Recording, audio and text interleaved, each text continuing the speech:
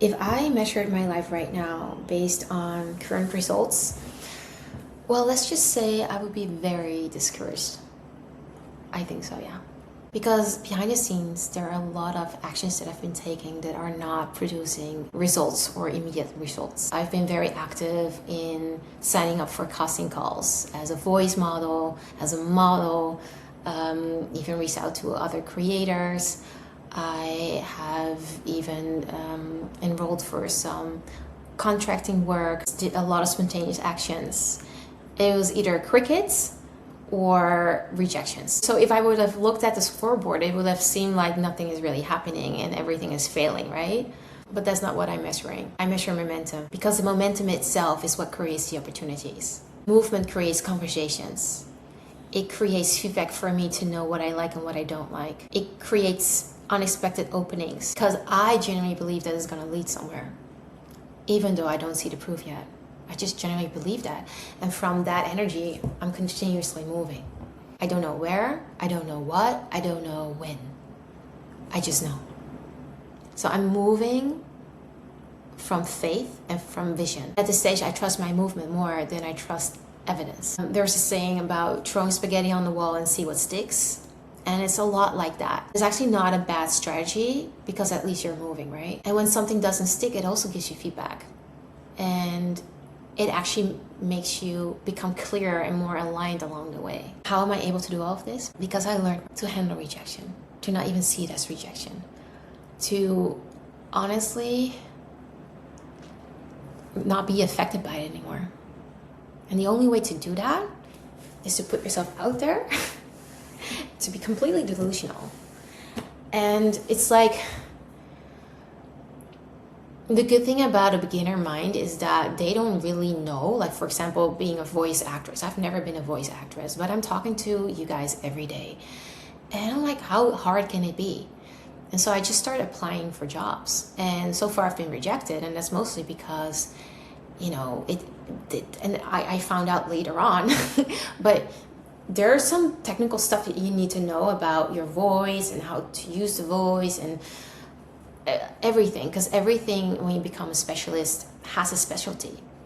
But if I knew that beforehand, I would not even have considered applying, right? And now I'm just stubborn. I'm like, well, there's gonna be someone that's gonna love my voice exactly as it is. And I'm just not afraid for the rejection. I'm like, I just don't wanna say to myself like, oh, well, someone with more background experience is gonna have the first choice, so there's no way in hell that they're gonna choose me. If I would say that to myself, I would probably not even apply, right? But I'm just this delusional optimist, and I'm like, why not me? I practice what I preach, guys. And who knows, maybe they won't book me for that thing, but they will remember me and they will reach out to me for something else. That's how I think. It's like, let me just put it out there. Eventually they were like, oh my god, here's Ash again.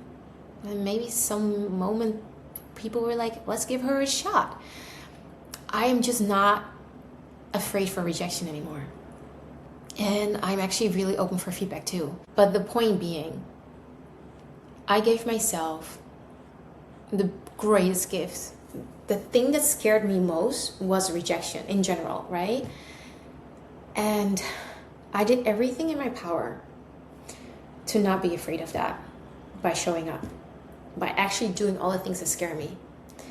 And now it's effortless. I have no fear. Like, I think the only thing that would scare me if I would have to do a TEDx talk, I think. I'm not even sure about that. But for me, it's like that fear, just being able to look at it in the eye and be like, bring it on. I swear to God, it's a superpower. And there's only one way to get over it, is to get through it, So, and I'm sharing this very honestly. Like, behind the scenes, I'm doing all kinds of stuff. And there are moments where I'm like, oh, man, nothing seems to work. And then I just count the little moments. I literally have this little list that I do every day. And I'm like, doom, doom, doom, doom. And I see everything that I do. It adds up, guys. Even though the results are not there, it adds up because I see that I'm doing something. I see that I'm in movement. And every time I do something else, and every time I do something also in inspired action. And I really feel that inspired action is where the magic lies. It's like when you just don't hesitate and you just do it. You're like, yeah, fuck it, I'm just gonna do it, you know? And this is why I believe that some moment is gonna be a tipping point. And it's gonna be inevitable.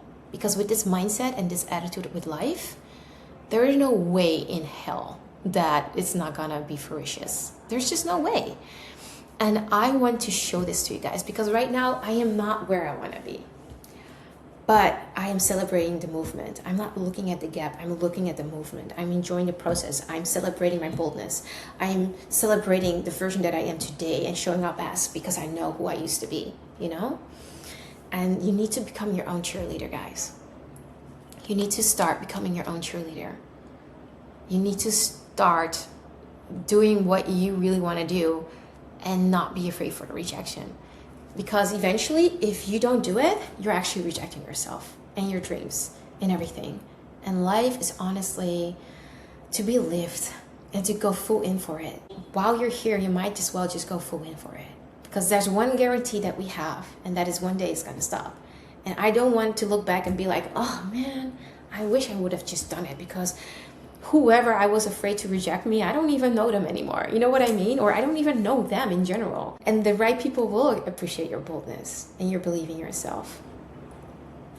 Because it's contagious. It's contagious, guys. Looking back, if I had learned this skill maybe 10, 20, 30 years before, my life would have been completely different. Because I would have spent less time worrying about what other people may think, and I would just start living boldly and doing everything that I wanted. And no, I don't exactly know where all of this momentum is gonna lead, the momentum that I'm creating. But I know one thing for sure, standing still and waiting for permission would have never gotten me there in the first place. Actually, it would have never even brought me in front of you guys, talking to you right now. Thank you guys so much for watching. I hope to see you in tomorrow's episode.